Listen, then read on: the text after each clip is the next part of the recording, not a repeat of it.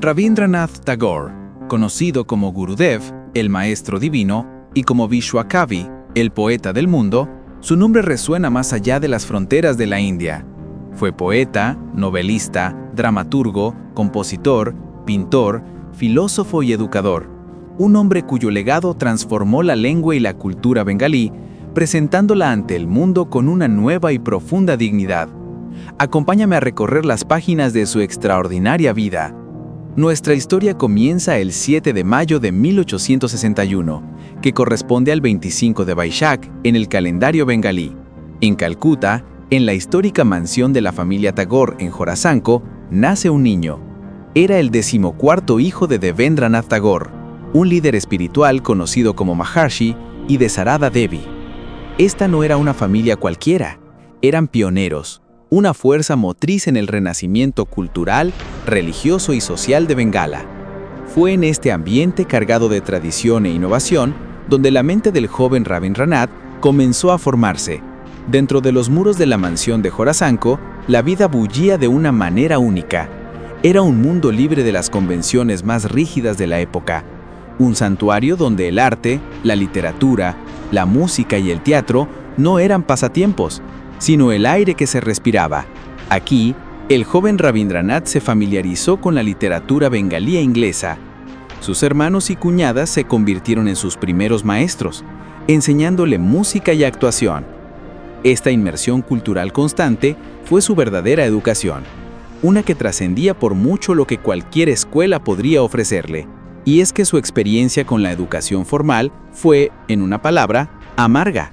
Fue inscrito en varias escuelas, como el Oriental Seminary y la St. Xavier's School, pero su espíritu no lograba adaptarse. Las reglas estrictas, los exámenes, la rutina, todo aquello oprimía su mente libre y curiosa. ¿Cómo podría un aula competir con el mundo exterior?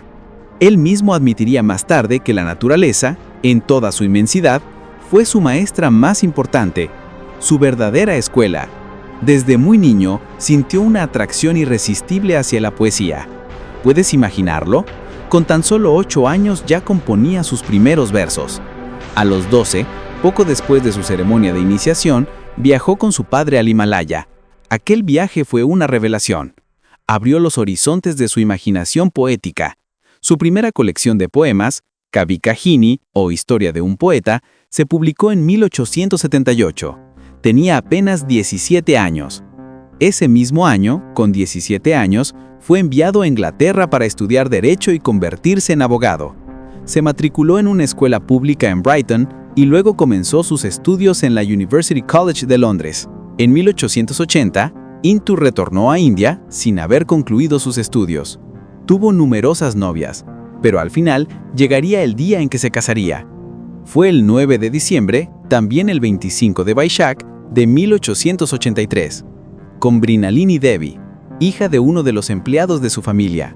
A pesar de la diferencia de edad, una sorprendente 9 años de diferencia, fue un matrimonio que duraría hasta la muerte de Mrinalini en 1902. Sin duda alguna, una mujer muy importante, y seguro que conoció el lado de amable y dulce de Rabindranath. Nunca completó su título, pero ese tiempo en Inglaterra lo cambió para siempre. La literatura, la sociedad y la cultura europeas lo impactaron profundamente, y su influencia se sentiría en toda su obra futura. Al regresar de Inglaterra, compuso una obra que dejó perplejos a los círculos intelectuales de la época, Bhanusimha Thakure's Padavali, o Las baladas de Bhanusimha Thakur. Escritas bajo este seudónimo, estas piezas imitaban el estilo de la poesía Vaishnava clásica. En ellas se elevó la historia de amor entre Radha y Krishna a un plano espiritual diferente, demostrando una madurez asombrosa en su lenguaje y pensamiento. En 1883, su vida dio un nuevo giro. Se casó con una joven llamada Bhavatarini Devi, cuyo nombre fue cambiado a Mrinalini Devi.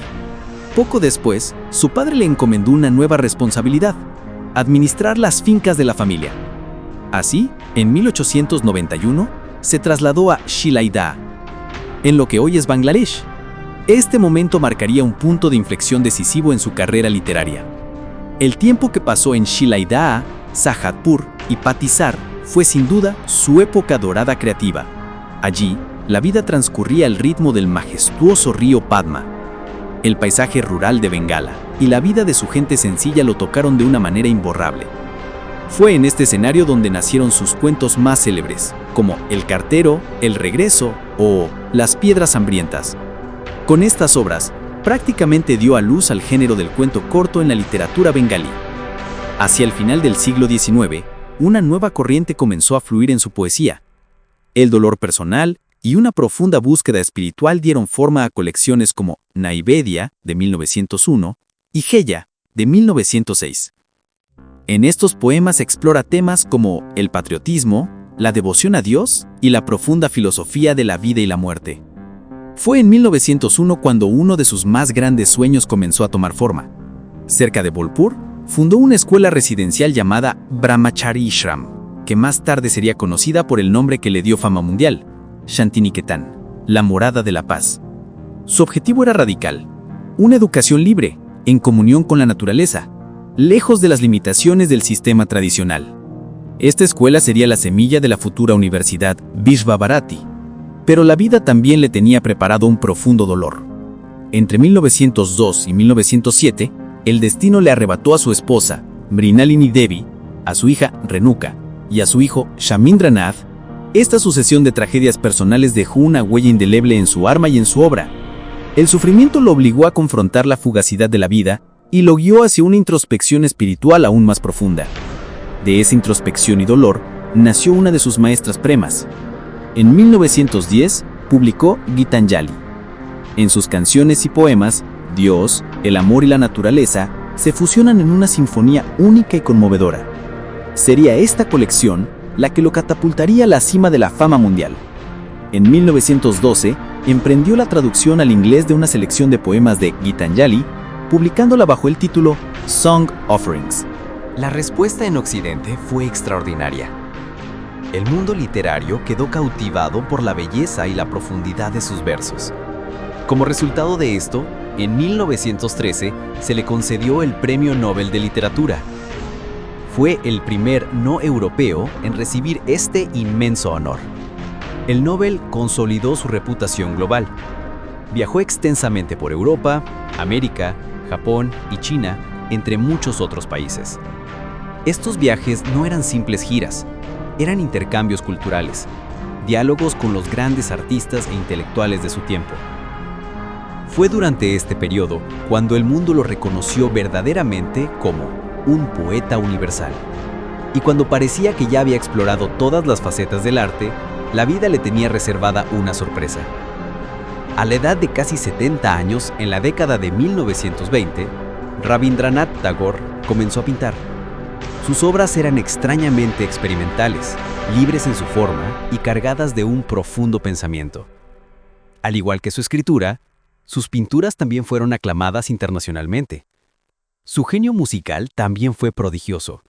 No solo escribió la letra de miles de canciones, sino que también compuso su música. Este vasto repertorio es conocido como Rabindra Sangeet. Además, creó un nuevo género, el drama danzado, con obras como Chitrangada, Chandalika y Shyama, donde fusionó magistralmente la música clásica y folclórica india con armonías occidentales. El sistema educativo de Shantiniketan fue la manifestación práctica de su filosofía de vida. Creía firmemente en una educación que fomentara la creatividad, la humanidad y la conexión con la naturaleza en lugar de la memorización y la competencia del sistema convencional. En 1921, transformó Shantiniketan en Vishva Bharati, una universidad internacional cuyo lema es «Donde el mundo entero se encuentra en un solo nido». Aunque se mantenía alejado de la política activa, nunca permaneció en silencio ante las injusticias que sufría su país. Su papel en el movimiento contra la partición de Bengala en 1905 fue fundamental. Y en un acto de profunda convicción moral, en 1919, tras la masacre de Jallianwala Bagh, renunció con desdén al título de caballero que le había otorgado el gobierno británico. En la última década de su vida, su obra literaria alcanzó una nueva dimensión. Escribió poesía en verso libre, como en Punashya, y novelas como Dos hermanas o Cuatro capítulos, que reflejan la madurez de su pensamiento y su profunda comprensión de la condición humana. Fue también en esta época cuando escribió su poderoso ensayo, Crisis en la civilización. Después de una vida larga y extraordinariamente prolífica, Rabindranath Tagore exhaló su último aliento el 7 de agosto de 1941, en la misma casa de Jorasanko donde había nacido. Dejó tras de sí un legado inmortal. No solo es el autor del himno nacional de la India, Jana Gana Mana, sino también el de Bangladesh, Amar Sonar Bangla. Su contribución a la literatura y al pensamiento universal es un tesoro que sigue inspirando al mundo, un recordatorio eterno del poder del arte para unir a la humanidad.